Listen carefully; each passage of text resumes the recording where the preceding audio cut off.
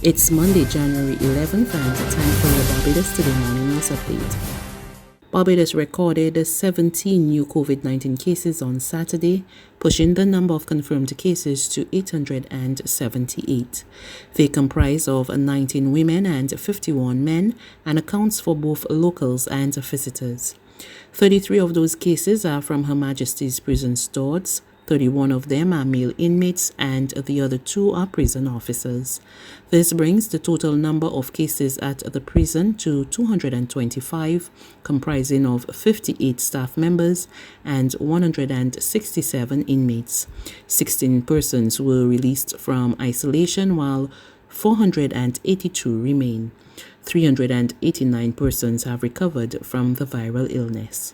There's an appeal for nurses to adhere to the protocol of wearing personal protective equipment or PPEs.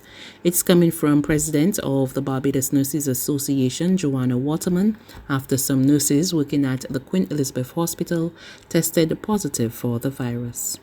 We're appealing to our nurses to protect themselves and by adhering to the protocol donning of PPEs, and where PPEs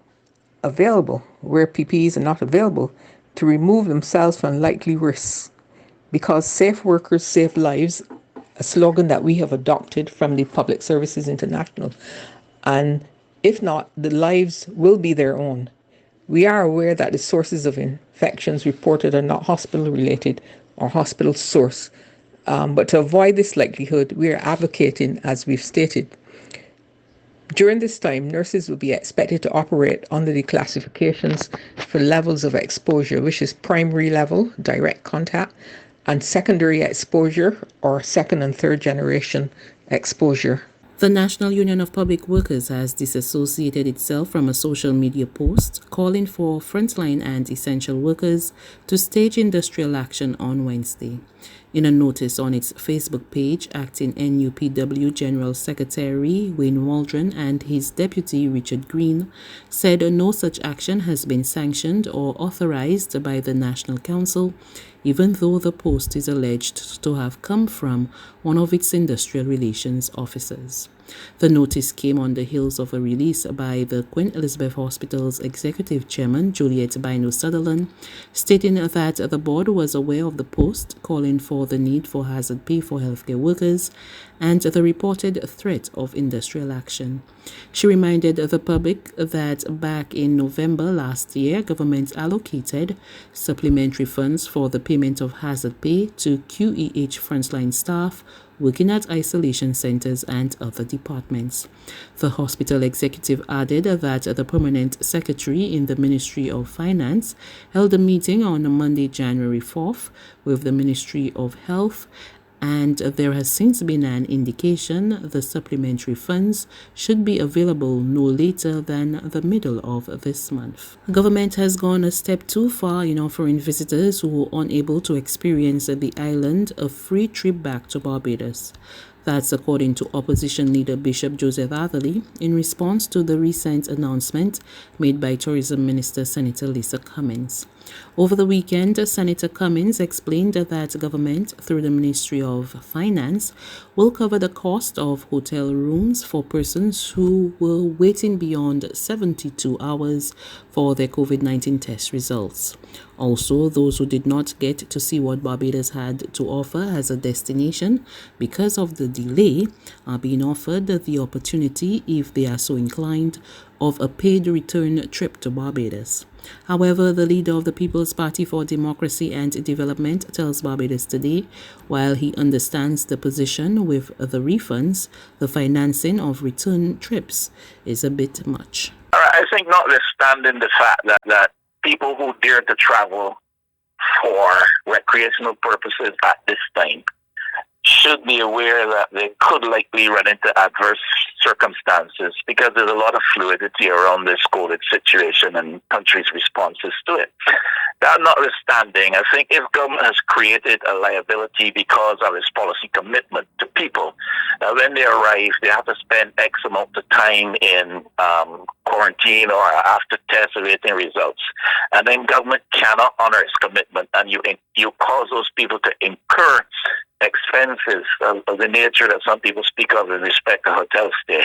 I think it's only fair that government give some consideration to compensating them to some degree for that. I think that's a question of fairness.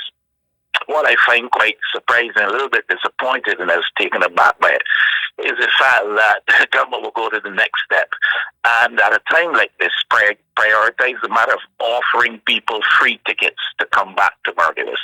I mean, we're in the midst of a crisis. To give that such priority is that you have to make it a major announcement at this time. To do it, in fact, to offer people free tickets to come back, I think that's going to step too far. So I really was disappointed in that. Meanwhile, President of the Democratic Labour Party, Volodymyr Pisa, has described the government's announcement of refunds for extended accommodation costs and paid return trips as a slap in the face of Barbadians. The press conference on the 9th of January was a slap in the face of every frontline worker who, for their efforts, got commemorated not with an increase in pay, but with a shiny coin. It was a slap in the face of every unemployed former tourism worker who cannot pay their bills and have received nothing since unemployment benefits dried up after 6 months, with rent outstanding and families bordering on welfare. It was a slap in the face of every Barbadian who now is at the bottom of the testing list and who have to remain in their homes under curfew at night because COVID breached our borders. We don't like your tone either, placating to the visitors but condescending to us. We were told that we kept our borders open because we needed the tourism dollars to survive. But this is how we are to spend the money now.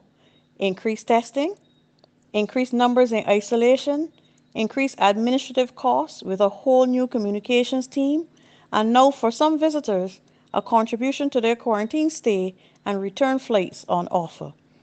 How do we pay for all of this, if not with the same dollars that we are catching at?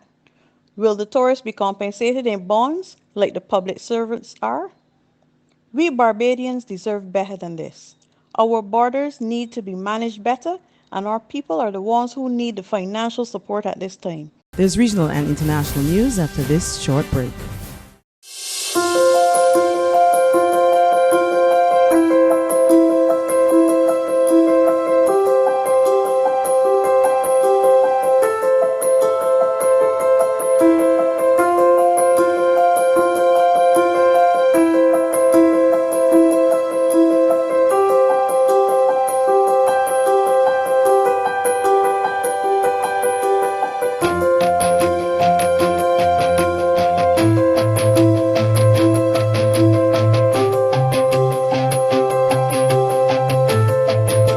Barbados Today, news you can trust. To news from the region, 6 women made history as the first graduates of the University of the West Indies Five Islands Campus in Antigua and Barbuda. They received their diplomas in education during yesterday's ceremony. The details in this ABS News report. The University of the West Indies Five Islands Campus opened its doors in September of 2019 to 148 students. The student population has since risen to over 300. On Sunday, the campus held its first graduation. It is from educators and education that all other professions come. It is on the back of teachers that this country has been built. The 6 graduates who attained postgraduate diplomas in education are all teachers, all employed in the public service, and are all women. Valedictorian Lorna Richards says the graduates began their journeys at the Antigua State College Teacher Training Department before transitioning to the 4th landed campus. The end goal, she says, is to make a difference. We won't be able to educate everyone, and some of our wins may not even be academic. I teach PE, and my greatest win last year was getting a well-formatted and typed email from a student. Beaming with pride at the momentous occasion was Prime Minister of Antigua and Barbuda, the Honorable Gaston Brown. We have no regrets over the investment we made in the Five Islands campus. It was an investment in the upliftment of our people and of our nation. There can be no cause more noble, no pursuit more fulfilling, no accomplishment more joyous. On the international front, momentum is building for U.S. President Donald Trump to be impeached for a second time, even as another Republican senator called on him to step down. More from Reuters TV. Senator Pat Toomey of Pennsylvania, a conservative supporter of Trump until recently, called on Trump to resign on Sunday, saying the president could face criminal liability after he praised and egged on his supporters. "We will never give up. We will never concede." Before they laid siege to the Capitol, where lawmakers were certifying the Electoral College vote for Joe Biden. Protesters are in the building. Thank you. On NBC's Meet the Press, Senator Toomey said, quote, "I think the best way for our country is for the president to resign and go away as soon as possible," calling Trump's behavior since the election outrageous. Toomey's call followed that of fellow Republican Senator Lisa Murkowski, who also said he should resign, and came as Democrats in the U.S. House of Representatives prepared to move forward with impeachment proceedings for the second time. In a preview of a 60 Minutes interview with House Speaker Nancy Pelosi, Pelosi said there's support among lawmakers for impeaching Trump, but made it clear impeachment was not Democrats' first choice. Well, I like the 25th Amendment because it gets rid of him. He's out of office. But there is strong support in the Congress for impeaching the president a second time. While lawmakers could vote this week in the House, House Majority Whip James Clyburn suggested to CNN that they might wait to send the impeachment article to the Senate for a trial until after Biden's first 100 days in office.